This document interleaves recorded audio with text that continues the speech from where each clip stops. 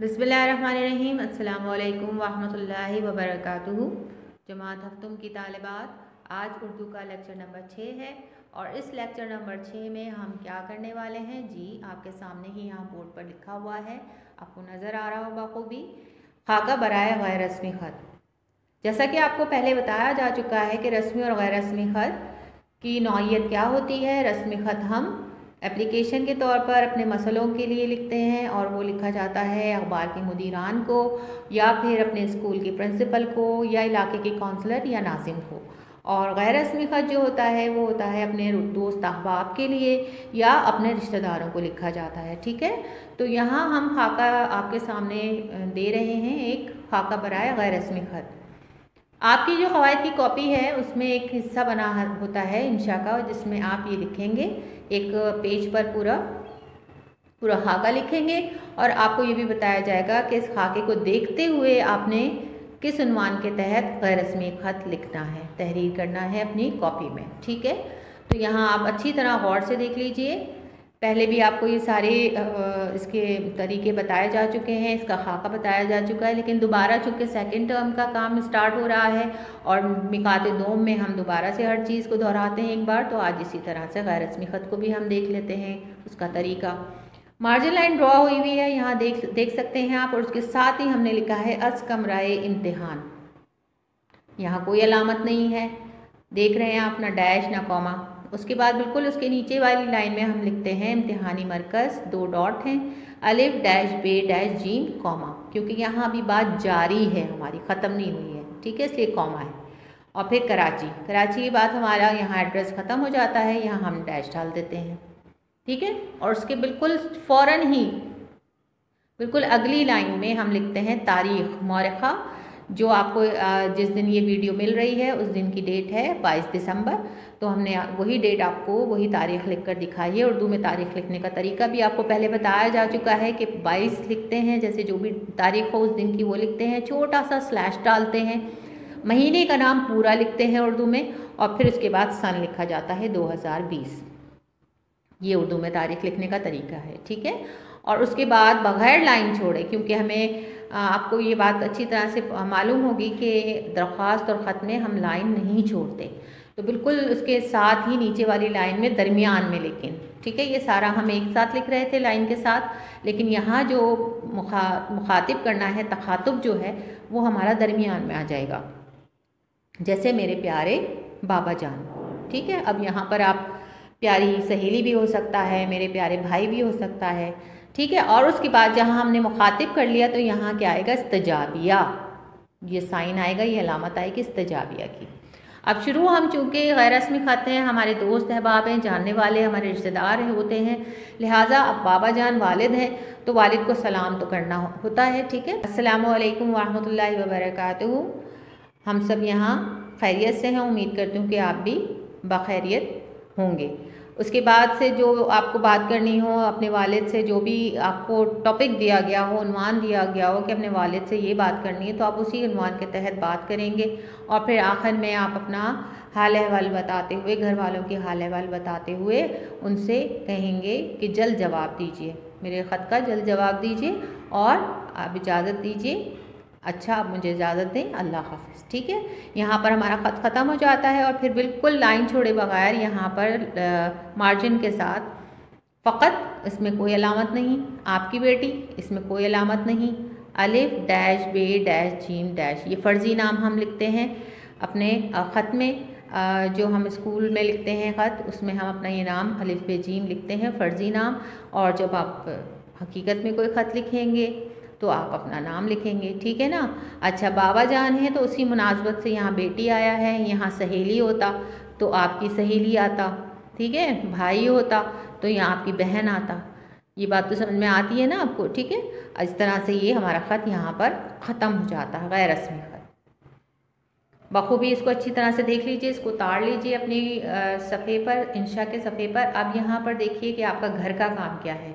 घर का काम आपका ये है कि सहेली के नाम अपने ख़त तहरीर करना है, जिसमें मौजूदा वबा, जो वबा फैली हुई है ना, जो बीमारी फैली हुई है कोरोना, उसके असरात क्या हो रहे हैं आसपास आपके, उस पर गुफ्तगू कीजिए। ठीक है, हम सबको बहुत अच्छी तरह से मालूम है, क्योंकि हम इन्हीं हालात से दो चार हैं, इन्हीं हालात के दरमियान हम भी रह रहे हैं। हमारे आसपास के लोगों को अल्लाह ताला महफूज रखे, आपको महफूज रखे। लेकिन ये हकीकत है कि ये वबा इस वक्त मौजूद है, लिहाजा उसके असरात क्या हैं पूरी दुनिया पर, हमारे घरों पर, हमारे हालात ज़िंदगी पर, उसके बारे में अपनी सहेली से आप बातचीत करेंगे। तरीक़ाकार आपका बिल्कुल यही होगा, लेकिन आपका उन्वान जो है, मौजू जो है वो आपका ये दिया गया है। उम्मीद करती हूँ कि आप बहुत अच्छी तरह से सोच समझ के 2-3 पैराग्राफ पर मुश्तमिल एक ख़त अच्छा सा लिख लेंगे। आइए तालिबात, आज का हम सबक शुरू करते हैं और उसको पढ़ते हैं। पहले बुलंद ख़्वानी करते हैं और समझते हैं। जी तालिबात, देखिए यहाँ सफ़ा नंबर आपकी किताब का 85 है, यानी 85। इसको आपने खोलना है और मेरे साथ आपने इसको पढ़ना है। ज़मीन की कहानी आज हम पढ़ रहे हैं। ज़मीन की कहानी यानी ज़मीन अपनी कहानी किस तरह सुना रही है, क्या कह रही है कि ज़मीन क्या थी, किस तरह बनी, किस तरह वजूद में आई और फिर उसकी क्या हालत हुई। ठीक है, तो आज हम ज़मीन की कहानी उसी की ज़बानी सुनेंगे। मैं ज़मीन हूँ जिस पर आप सब रहते हैं। मैं कब वजूद में आई इस बारे में मैं कुछ नहीं जानती। आप लोग सदियों से ये मालूम करने की कोशिश में लगे हुए हैं कि मैं कब वजूद में आई, लेकिन आप भी अभी तक किसी हतमी नतीजे पर नहीं पहुंच पाए। यानी कि साइंसदान वगैरह सभी इस कोशिश में हैं कि ज़मीन बनी कब, लेकिन अभी तक कोई भी मुकम्मल तौर पर, हतमी मुकम्मल तौर पर इस नतीजे पर नहीं पहुंचा कि ज़मीन कब वजूद में आई। बस अंदाजे ही लगा रहे हैं। हाँ, मैंने अपनी पैदाइश के बारे में एक कहानी सुन रखी है। वो कहानी कुछ यूँ है कि वजूद में आने से कबल मैं सूरज का हिस्सा थी। सूरज के बारे में आप जानते हैं कि वो नहायत गर्म है और तेज़ी से घूमता है। तेज़ रफ्तारी के बाइस इसके कई हिस्से अलग हो गए, इनमें से एक हिस्सा मैं भी हूँ। यानी जो इस कहानी मशहूर है कि ज़मीन किस तरह वजूद में आई, तो उसके बारे में एक कहानी ये भी है कि ज़मीन जो थी वो सूरज का हिस्सा थी और सूरज जो है वो तेज़ी से घूमता है चूँकि, तो इसलिए उसकी तेज़ी से घूमने की वजह से उसके कई हिस्से उससे अलग होते रहे और इस तरह एक हिस्सा ज़मीन भी थी। जब मैं सूरज से अलहदा हुई थी तो इस वक्त मैं भी सूरज की तरह इंतहाई गर्म थी। इस गर्मी के बायस मेरे ऊपर किसी भी चीज़ का ज़िंदा रहना नामुमकिन था। नामालूम मैं कितना अरसा इसी तरह बंजर और वीरान पड़ी रही। बंजर यानी वीरान, बेआबाद, सुनसान। आहिस्ता आहिस्ता मेरी ऊपर की सतह ठंडी होती गई और जिसकी वजह से मेरे ऊपर की सतह ने ठोस हालत अख्तियार कर ली। ठीक है, फिर मुझे एक हालत पर कायम रहने के लिए खालिक कायनात ने मुझ पर पहाड़ खड़े कर दिए। पहाड़ जहाँ मुझे एक हालत पर कायम रहने का सबब है, वहाँ इनकी वजह से मेरे हुस्न में भी इजाफा हुआ है। ठीक है, पहाड़ यानी कि वो कहती है, ज़मीन कह रही है कि मैं जो थी वो पहले बहुत गर्म थी सूरज की तरह, लेकिन फिर मेरी ऊपरी सतह जो थी वो ठंडी हो गई और उस सतह ने ठंडा होकर एक ठोस शक्ल इख्तियार कर ली और फिर खालिक कायनात ने मुझे एक जगह जमा रहने के लिए मुझ पर पहाड़ बना दिए ताकि वो मुझे पकड़े रहें, संभाले रहें। ठीक है, मेरे ठंडे होने पर मुझ पर ज़िंदगी के आसार नमूदार होने लगे। कहा जाता है कि इब्तिदा में मुझ पर खौफनाक किस्म के जानवर आबाद थे, लेकिन वह रौनक नहीं थे जो इंसान के आबाद होने के बाद हुई है। यानी कि ठंडा हो गई, जब ज़मीन ठंडी हो गई तो चूँकि आपको पता है कि बहुत ज़्यादा ठंडी और बहुत ज़्यादा गर्म चीज़ों पर जो है वो आबादी या कोई भी जानदार जो है वो नहीं बच सकता। लिहाजा जब वो ठंडी हुई, ज़मीन नॉर्मल हुई, तो उस पर रौनक हो गई और उस पर ज़िंदगी के आसार होने लगे। पहले खौफनाक किस्म के जानवर आबाद थे। मेरी रौनक को बढ़ाने के लिए अल्लाह ने इंसानों को आबाद किया। इंसानों के अलावा और भी बेशुमार मखलूक़ात मुझ पर आबाद हैं। अल्लाह ने फरमाया है कि तमाम मखलूक़ात में इंसान बेहतरीन और अफजल मखलूक है। इंसान को अल्लाह ताला ने इल्म दिया और फिर इल्म के साथ सोचने और समझने की सलाहियत अता की है। इंसान ने मुझ पर कदम रखने के बाद मेरे हुस्न जमाल में इजाफे और अपनी आसाइश के लिए काम करना शुरू किया। मुझ पर इंसानों का बात करने के साथ साथ अल्लाह ताला ने किस्म किस्म के परिंदे, खूबसूरत परिंदे और जानवर पैदा किए। इससे मेरी रौनकों में रोज़ बरोज़ इजाफा होने लगा। जिस तरह इंसान को अल्लाह ताला ने अशरफुल मखलूक़ात बनाया और जिस तरह इंसान के साथ साथ इंसान की पैदाइश के साथ साथ उसको अक़ल और फ़हम भी अता किया, लिहाजा इंसान ने अपनी पैदाइश के बाद से इजादात करनी शुरू कर दी और कोशिशें शुरू कर दी, जस्तजू करनी शुरू कर दी और एक से एक नई चीज़ ईजाद करने के साथ साथ ज़मीन की रौनक में इजाफे का बाइस बना। इंसानों के इल्म हिकमत और मुसलसल तगदो की बदौलत में आबाद होने लगी। तगदो कहते हैं कोशिश, मुसलसल मेहनत, कोशिश। इंसान ने अपनी सहूलत और आराइश के लिए घर बनाने शुरू किए और वो जगह जगह मिलजुल कर आबादियों की सूरत में रहने लगे। इंसानों की तगदो और मेहनत को देखते हुए मैंने भी इसके लिए अपने अंदर छुपे हुए ख़जाने उगलने शुरू कर दिए। अब वो ख़जाने कौन से थे ज़मीन के अंदर जो छुपे हुए थे? इंसानों के लिए। इंसानों की मेहनत और उसकी कोशिशें और लगन देखते हुए ज़मीन कहती है कि मैंने अपने अंदर छुपे हुए ख़जाने उनके लिए उगलने शुरू कर दिए ताकि वो इससे मुस्तफ़ीद हों और फ़ायदा उठा सकें, जिनमें अनाज के अलावा किस्म किस्म की सब्ज़ियाँ, फल और तरह तरह के फूल शामिल हैं। इंसानों ने इन चीज़ों पर कनात ना की। कनात क्या होती है? सब्र करना या थोड़ी सी चीज़ को ज़्यादा समझना। बल्कि जब उसे मालूम हुआ कि मेरे सीने के अंदर बेशुमार कीमती अशिया दफन हैं तो उसने उनको हासिल करने का फ़ैसला किया। अब उसने किस्म किस्म की मशीनें ईजाद कर लीं, क्योंकि ज़मीन की खुदाई और उसमें से ढूंढना, उसको ढूंढ के निकालना सिर्फ इंसानों के बस की बात नहीं थी, बल्कि उसके लिए उसे मशीनों की ज़रूरत थी। तो इन मशीनों की मदद से जगह जगह मेरे सीने में सुराख करके कीमती मादनियात हासिल करनी शुरू कर दी। जैसे मादनियात क्या क्या थी? सोना, चांदी, फौलाद, तांबा और बहुत कुछ। मैं इंसान की इस हरकत पर भी खफा ना हुई, यानी नाराज़ नहीं हुई, क्योंकि वो मुझे आबाद करने और मुझे ज़्यादा खूबसूरत बनाने की कोशिश में मसरूफ़ था। इसलिए मैं उससे नाराज़ नहीं हुई, बल्कि मुझे खुशी हुई कि चलो मेरी ये सारी चीज़ें इंसानों के काम आएंगी। फिर कहती है ज़मीन के फिर इंसानों ने ख़ुद को कबाइल, ग्रोहों और कौमों में तकसीम कर लिया और मेरे भी हिस्से बखरे किए। हिस्से बखरे यानी टुकड़े कर दिए और ख़ुद भी टुकड़े टुकड़े होकर अलग अलग होकर तकसीम हो गया।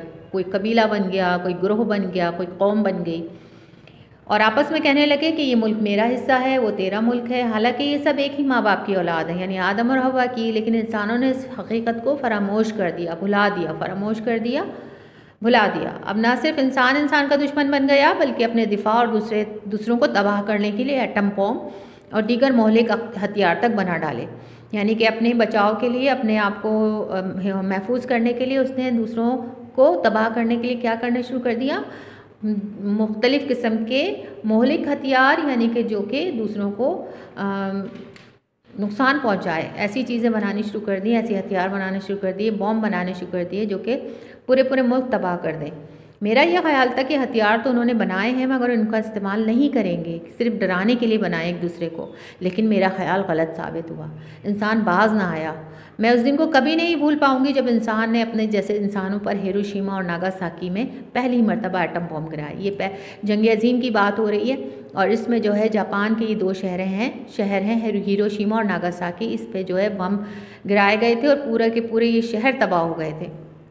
इन बमों की वजह से मेरे सीने में इस कदर गहरे शुगाफ पड़े। शुगाफ कहते हैं बहुत बड़ी दराड़ को, या ज़मीन के फट जाने को कहते हैं शुगाफ। वो एक अरसे तक भर ना पाए। लाखों इंसान जिनमें बच्चे, बूढ़े, औरतें शामिल थे, पलक झपकते में यानी देखते ही देखते जलकर राख का ढेर बन गए। ये मंजर जब भी याद आता है तो मेरा दिल खून के आंसू रोता है। मेरा ख्याल था कि इस हौलनाक तबाही के बाद इंसान दोबारा ऐसा करने का सोचेगा भी नहीं। हौलनाक तबाही यानी कि बहुत खौफनाक तबाही के बाद। लेकिन अफसोस कि इस इंसान ने इससे भी सबक ना सीखा और दोबारा से एटम बम बनाने और मज़ीद मोहलिक हथियार बनाने में मशगूल हो गया। इंसान जो मेरी मिट्टी से बना है, मुझे माँ कहकर पुकारता है, जिसकी बका सिर्फ मेरी वजह से, यानी वो सलामत है, कायम है तो मेरी वजह से है, जिसको हमारे खालिक ने अशरफुल मखलूक़ात बनाया, तमाम मखलूक़ात में सबसे अशरफ, सबसे ऊँची मखलूक, सबसे बेहतरीन मखलूक करार दिया। इसके बारे में जब मैं सोचती हूँ तो हैरान और परेशान हो जाती हूँ कि यही इसकी फजीलत और शराफत है। जो काम ये कर रहा है वो तो दरिंदे भी नहीं करते, यानी एक दूसरे की जान के प्यासे हैं ये इंसान। इसलिए मैं इंसान से इल्तिजा करती हूँ, दरख्वास्त करती हूँ कि ए इंसान, होश में आ, अपनी तख्लीक के मकसद के पेश नज़र मुझे और मेरे ऊपर बसने वालों को तबाह व बर्बाद ना कर। याद रख कि अगर तू इन हरकत से बाज ना आया तो फिर तेरा अंजाम भी बड़ा दर्दनाक होगा। ठीक है, जो दूसरों को तबाह करता है या दूसरों के लिए गड्ढा खोदता है वो खुद एक ना एक दिन उस गड्ढे का शिकार हो जाता है।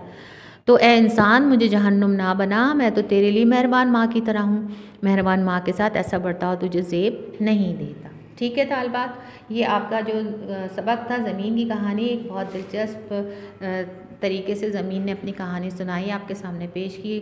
उसकी पैदाइश, उसका वजूद में आना, उस पर जो है किस तरह से आबादी का होना, जानदारों का उस पर बढ़ना, इंसानों का उस पर मेहनत करना, ये सारी बातें आपने इस सबक में पढ़ी हैं। अब देख लेते हैं इसके अल्फाज मानी कि इसके अल्फाज मानी क्या है। तालिबात यहाँ देखिए बोर्ड पर लिखा है ज़मीन की कहानी सबक है और इसके अल्फाज मानी हैं। यहाँ देख ले सकते हैं आप लोग अपनी नसर की कॉपी में आप टाइटल पेज बनाएंगे ज़मीन की कहानी का और फिर पहला काम आप क्या करेंगे, अल्फाज मानी। खौफनाक के मानी है ख़तरनाक, नमूदार के मानी है ज़ाहिर होना, हतमी के मानी है मुकम्मल या आखिरी, आसार निशानियाँ को कहते हैं, तगोदौ के मानी है कोशिश मेहनत, क़नाअत कहते हैं सब्र करने को या थोड़ी चीज़ को काफ़ी समझना, बखरे कहते हैं हिस्से करना या टुकड़े करना, फरामोश के मानी है बुलाना, मोहलिक के मानी है हलाकत खेज़ नुकसानदेह, शिगाफ के मानी है फटना या दरार बड़ी सी, ज़ेब कहते हैं खूबसूरती को और